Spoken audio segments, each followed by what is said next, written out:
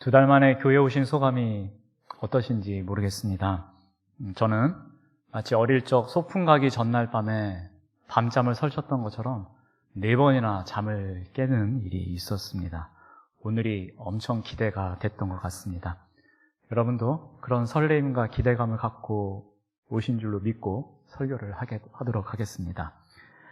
오늘은 거친 파도 날 향해 와도 라는 제목으로 함께 말씀을 나누겠습니다.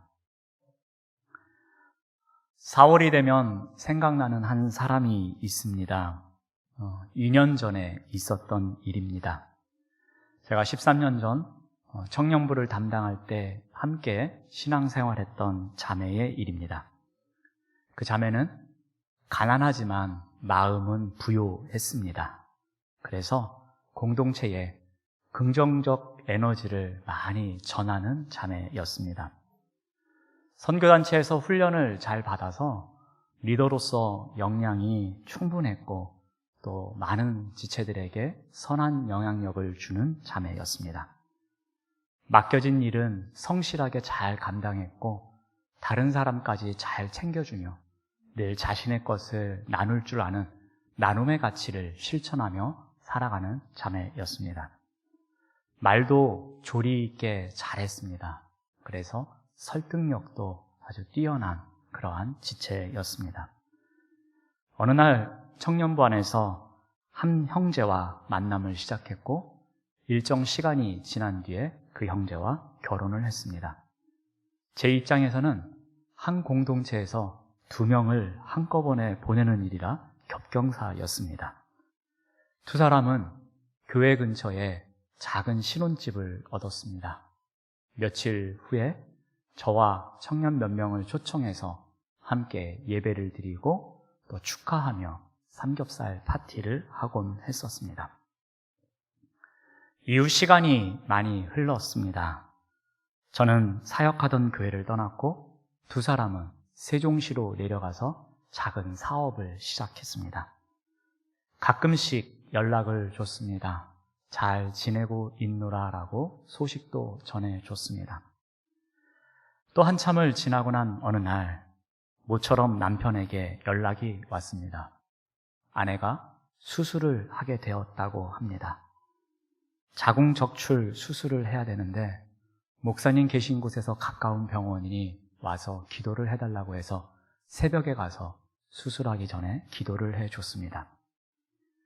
소식을 기다리니 오후에 수술이 잘 끝났다는 연락이 왔습니다. 그리고 그 다음날 세종시로 내려가서 요양을 하겠노라라고 말합니다. 그런데 며칠 후에 다시 전화가 옵니다. 수술 후 집에서 요양하던 중에 병원에서 전화가 왔다고 합니다.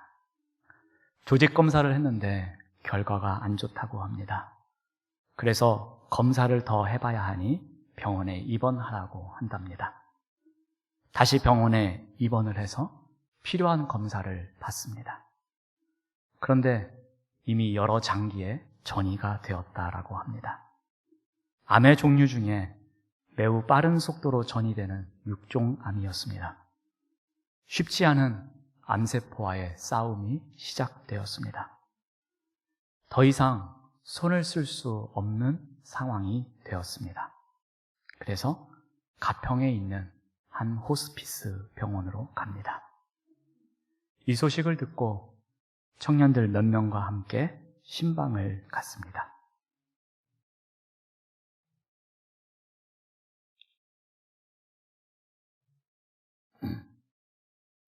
저를 보더니 질문을 합니다.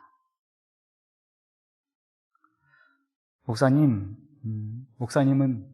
저를 위해서 어떻게 기도하십니까? 라는 질문에 저는 자신 있게 답변을 못했습니다.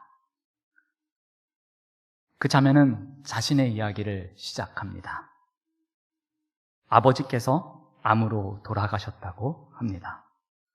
자신이 어릴 적이었다고 합니다. 아버지와 함께 기도원에 다니면서 하나님께 살려달라고 울면서 기도를 많이 했다고 합니다. 그러나 하나님은 아버지를 데리고 가셨습니다. 하나님을 많이 원망했다라고 합니다. 그런데 이제는 내가 암에 걸렸다라고 합니다. 그래서 다시 한번 하나님께 살려달라고 많이 기도했다라고 합니다.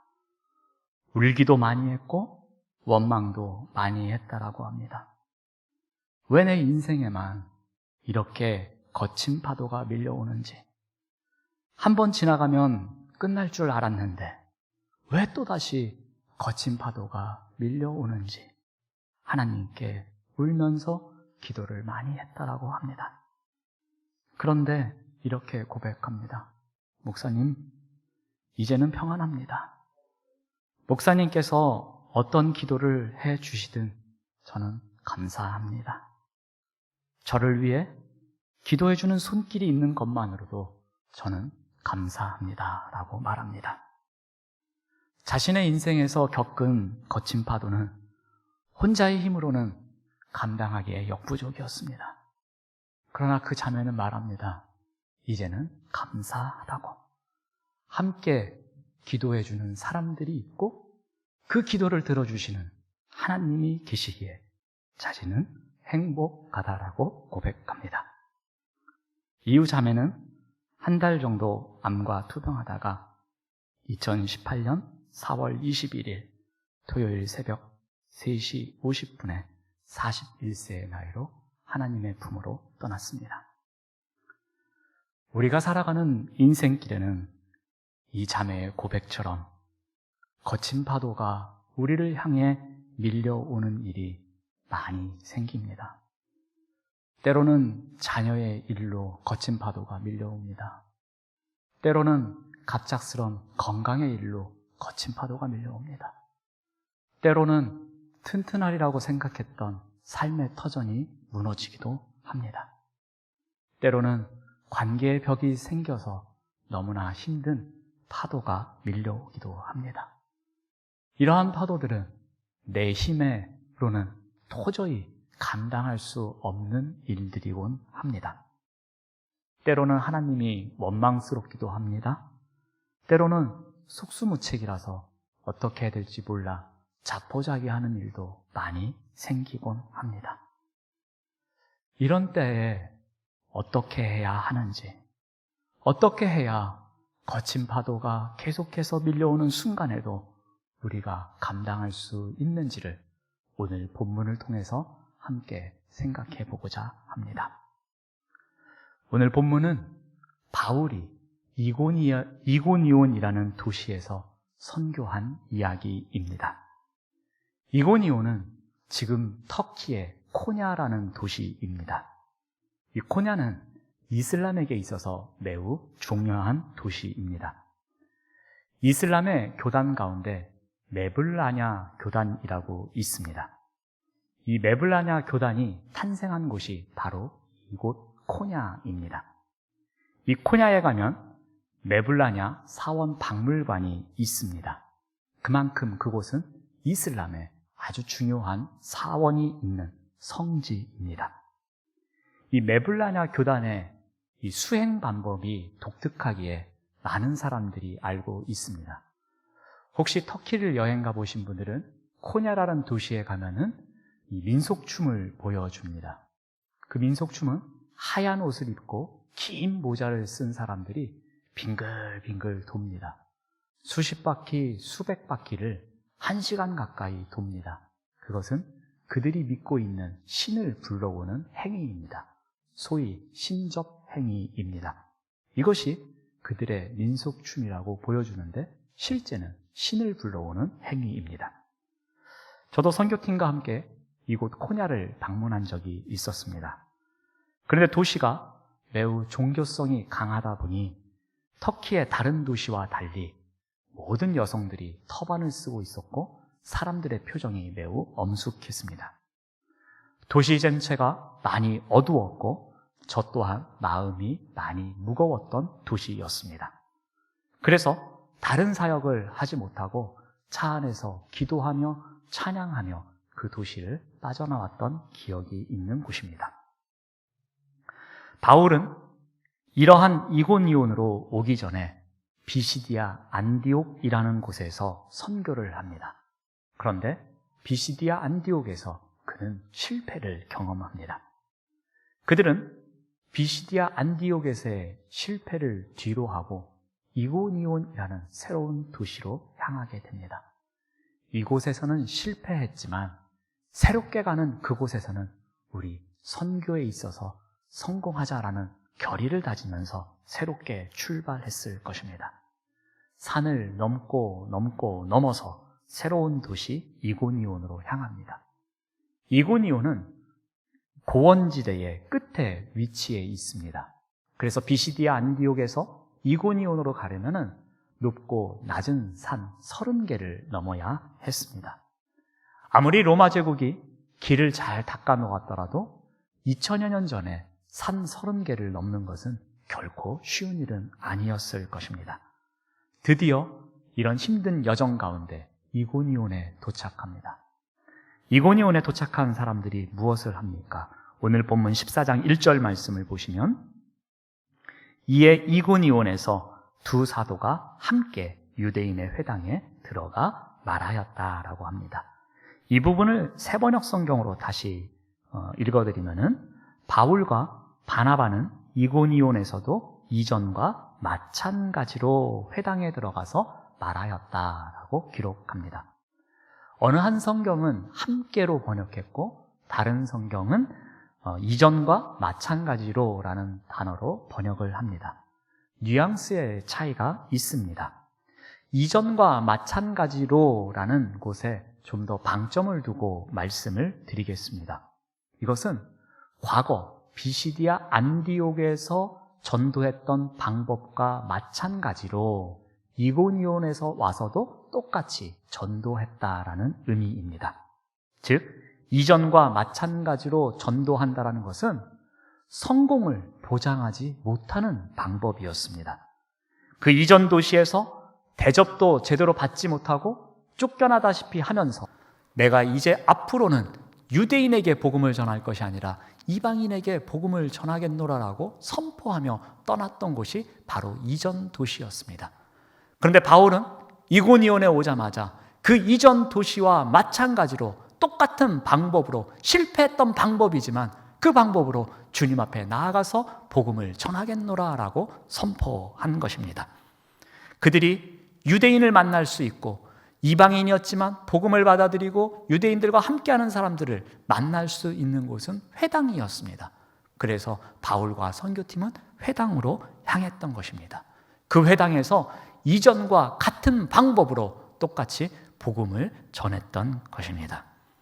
그 결과 무슨 일이 생깁니까? 우리 14장 1절 말씀을 계속 보시면 유대와 헬라의 허다한 무리가 믿었다라고 기록합니다. 이고니온에서의 복음의 사역에 있어서 특징이 두 가지 나타나고 있습니다. 첫 번째 특징은 허다한 무리가 믿었다라는 것입니다. 허다한 무리가 믿었다라는 것이 도대체 얼마나 많은 사람이 믿었는지 이 단어가 쓰여진 용례를 예를 들어서 설명을 드리겠습니다. 히브리서 11장 12절 말씀을 보시면 이러므로 죽은 자와 같은 한 사람으로 말미암아 하늘에 허다한 별과 해변에 무수한 모래와 많은 후손이 생육하였느니라 라고 기록합니다. 여기서 허다한 또 무수한 이 많은이라고 번역된 단어가 똑같은 단어입니다.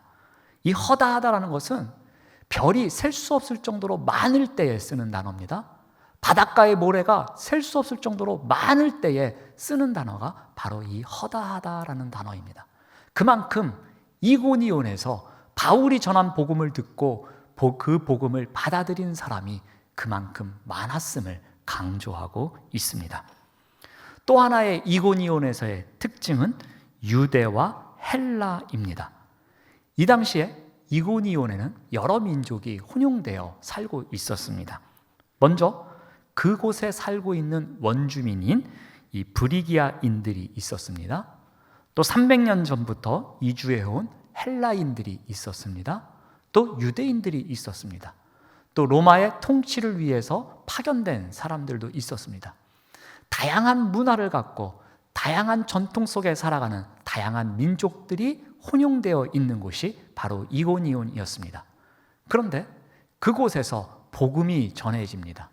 근데 이 복음은 보편적 능력이 있었습니다. 즉 누구나 받아들일 수 있는 보편성이 있는 복음이었습니다.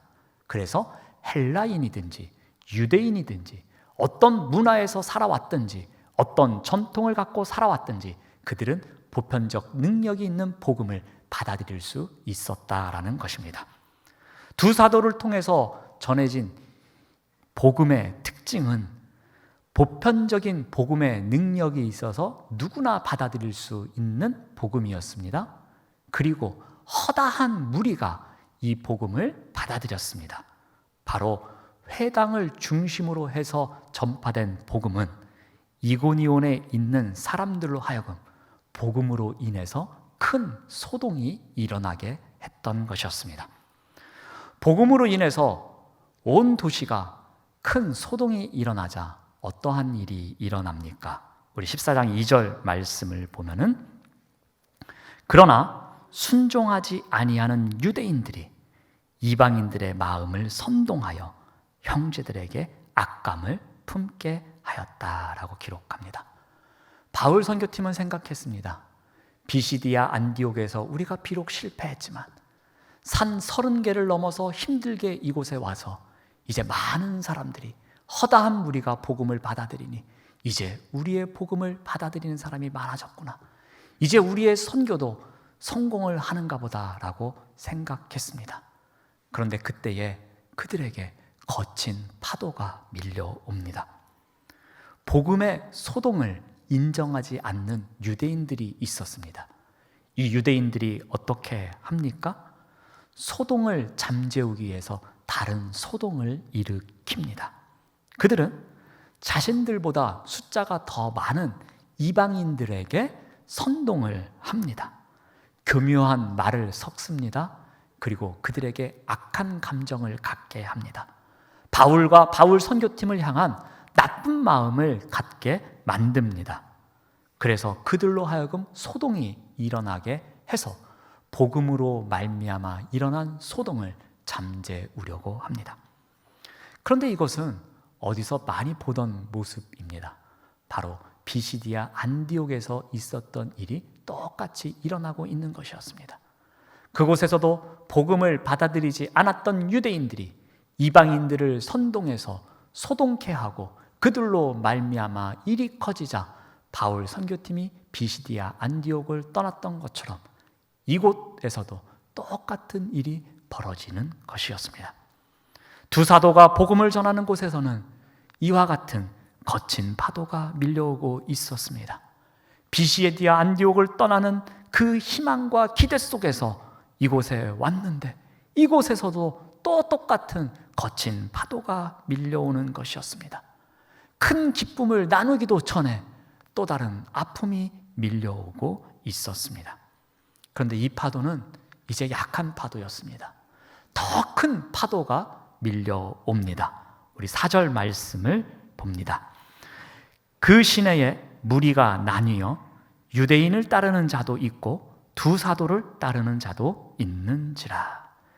이고니온은 이제 박해자 그룹과 두 사도를 따르는 그룹으로 나뉘어지게 됩니다.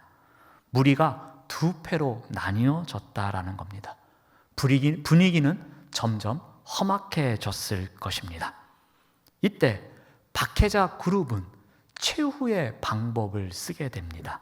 우리 5절 말씀을 보시면 이방인과 유대인과 그 관리들이라고 기록합니다. 새로운 계층이 등장하게 됩니다. 관리입니다. 원래 이 소동을 일으킨 주동자들은 유대인들이었습니다. 근데 이 유대인들이 이방인들을 포섭했고 그들로 인해서 만족하지 못했습니다. 이 소동을 더 크게 만들어야 했습니다. 이제는 합법적으로 해야 됐습니다. 합법적으로 만들기 위해선 관리들이 필요했습니다. 그 관리들을 이용해서 이들을 돌로 쳐서 죽이려고 하는 의도를 갖게 됩니다. 14장 5절 말씀을 계속 보시면 두 사도를 모욕하며 돌로 치려고 달려들었다라고 합니다. 그들은 사도들을 모욕하는 것으로 만족하지 못했습니다. 그들은 돌이라는 수단을 동원하게 됩니다. 돌로 쳐서 그들을 죽여야지만 이 소동을 잠재울 수 있다라고 생각하게 됩니다. 순간 바울은 옛 생각이 났을 것입니다. 본인이 핍박자로 살아갈 때에 돌로 쳐서 사람을 죽였던 기억이 생각났을 것입니다. 스데반을 돌로 쳐서 그 앞장서서 처형했던 일이 생각났을 것입니다. 이제 자신이 그 돌에 맞아서 죽을 수밖에 없다라는 두려움이 밀려왔을 것입니다. 그 이전에 느껴보지 못했던 더 큰 두려움이 밀려오면서 더 큰 파도가 밀려오는 것 같은 생각이 들었을 것입니다. 바울과 선교팀에게는 이와 같은 파도가 끊임없이 밀려오는 삶을 살아가게 됩니다. 이전 도시에서 겪었던 소동이 똑같이 일어납니다. 이전 도시에서도 겪어보지 못했던 사람들이 돌로 자신을 죽이려고 하는 그러한 일도 생기게 됩니다. 이와 같이 거친 파도가 계속 밀려올 때에 어떻게 이 순간을 이겨내는지 한번 본문 말씀을 통해서 또 한번 배워보고자 합니다. 먼저 거친 파도와 맞서기 위해서는 분명한 목적이 있어야 합니다. 우리 14장 3절 말씀을 봅니다. 두 사도가 오래 있었다라고 기록합니다. 거친 파도가 밀려오는 순간입니다. 목숨이 위태로울 수도 있는 순간입니다. 그런데 그때에 그들이 그곳을 떠나지 않고 그곳에 오래 머물러 있다라고 기록합니다. 이 일이 어떻게 가능했을까? 본문을 한번 원어 성경을 직역해 보면 이렇게 번역할 수 있습니다. 그러므로 그들이 오랜 시간 머물러 있어라고 번역할 수 있습니다. 여기에 그러므로라는 접속사가 나옵니다. 우리 한글 성경에서는 이 접속사를 번역하지 않았습니다. 근데 이 그러므로는 앞에 원인이 나오고 뒤에 결과가 나올 때 사용하는 접속사 중에 하나입니다. 그렇다면 이 그러므로를 통해서 앞에 원인이 나오고 뒤에 결과가 나온다라는 것을 우리가 알 수 있습니다. 뒤에 결과는 무엇입니까? 이들은 이고니온에도 계속 머물러 있다라는 것입니다.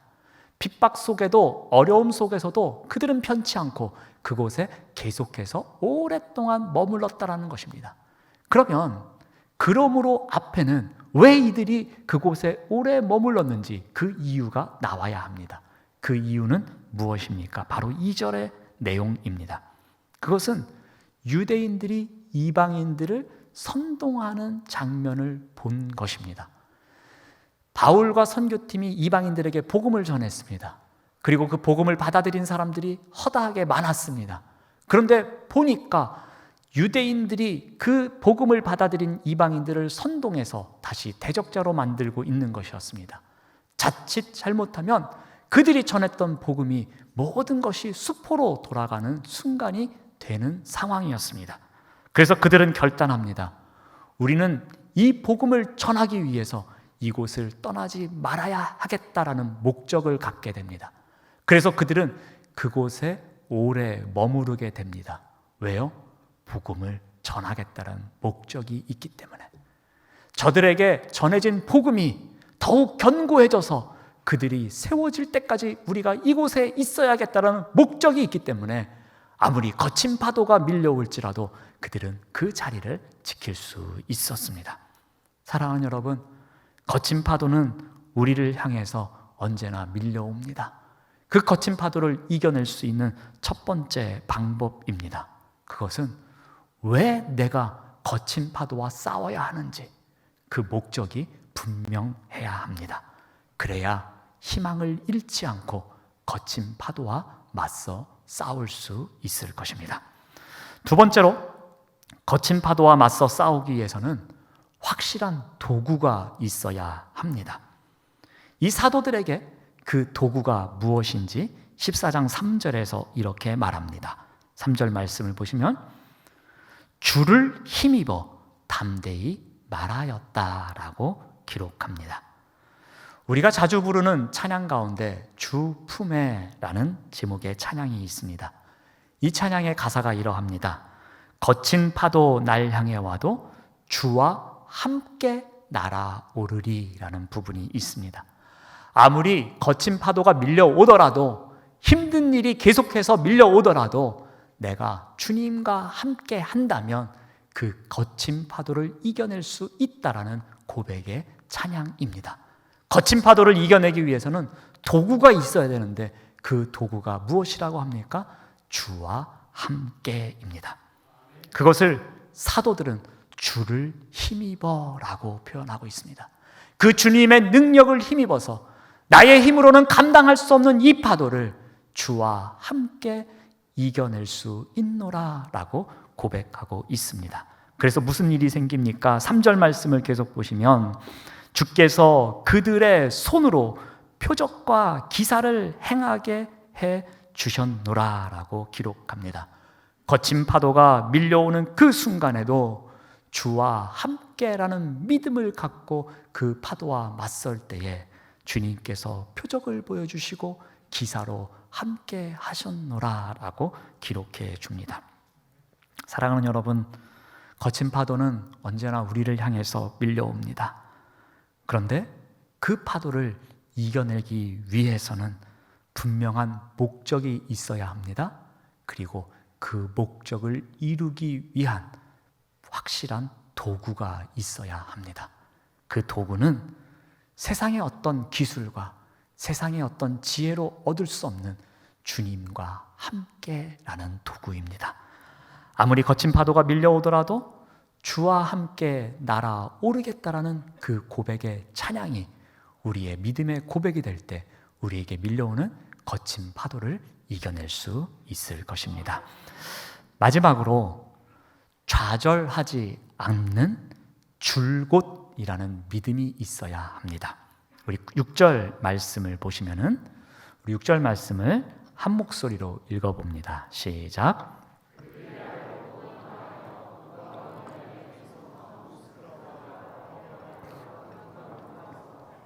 아멘.